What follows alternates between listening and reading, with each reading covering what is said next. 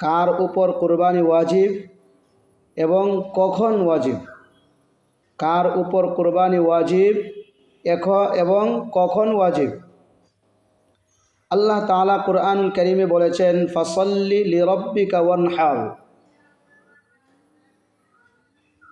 ফাসাল্লি লিরাব্বিকা ওয়ানহার, আপনার পালনকর্তার জন্য নামাজ পড়ুন এবং কুরবানি করুন। এটা আল্লাহ তাআলার নির্দেশ।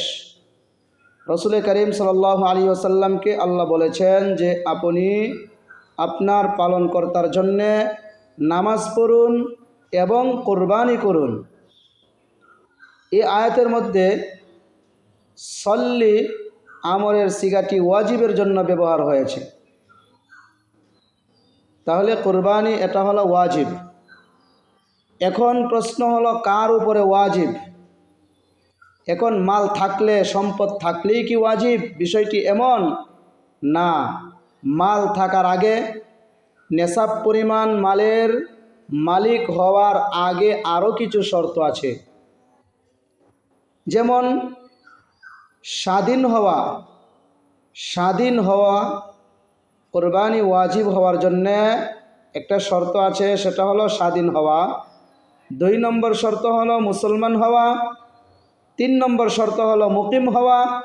4 নম্বর শর্ত হলো বালেগ হওয়া। 5 নম্বর শর্ত হলো ধনী হওয়া, অর্থাৎ নেশাব পরিমাণ সম্পদের মালিক হওয়া। আর এর বাহিরে আরেকটা শর্ত হলো সুস্থ মস্তিষ্কের অধিকারী হওয়া।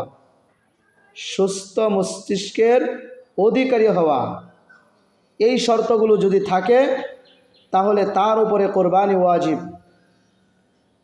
এখন স্বাধীনও আছে, মুসলমানও, মুকিমও, আবার বালেগও, আবার নেশাব পরিমাণ মালের মালিকও। তাহলে নেশাব পরিমাণ মালের মালিক কতটুকু?